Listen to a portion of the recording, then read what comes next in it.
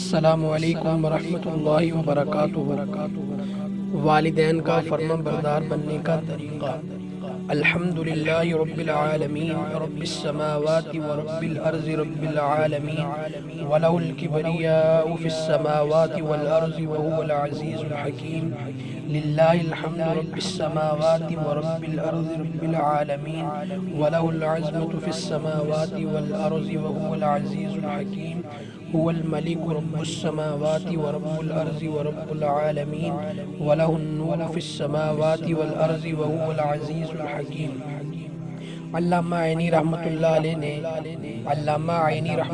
علیہ نے شرح بخاری میں ایک حدیث نقل کی ہے کہ جو شخص ایک مرتبہ یہ کلمات کہے اور اس کے بعد یہ دعا کرے کہ یا اللہ اس کا ثواب میرے والدین کو پہنچا دیجئے، اس نے والدین کا حق ادا کر دیا، اور 3 مرتبہ قل هو اللہ احد، 3 مرتبہ الحمدللہ شریف اور 3 مرتبہ درود شریف بھی شامل کر لیں تو والدین کا فرما بردار شمار ہوگا۔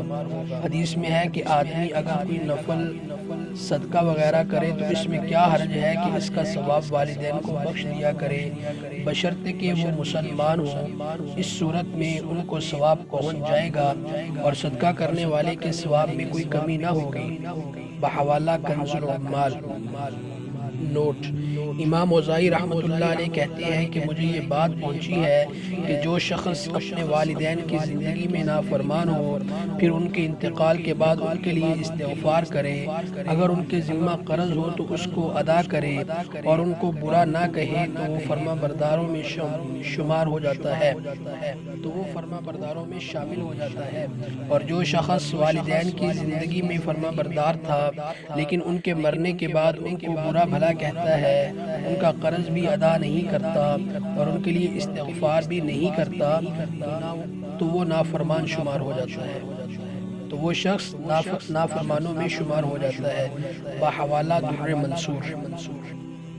دوستو، اگر یہ ویڈیو آپ کو پسند آئی ہے تو اس کو زیادہ سے زیادہ لائک اور شیئر کریں اور ہمارے YouTube چینل کو سبسکرائب کریں۔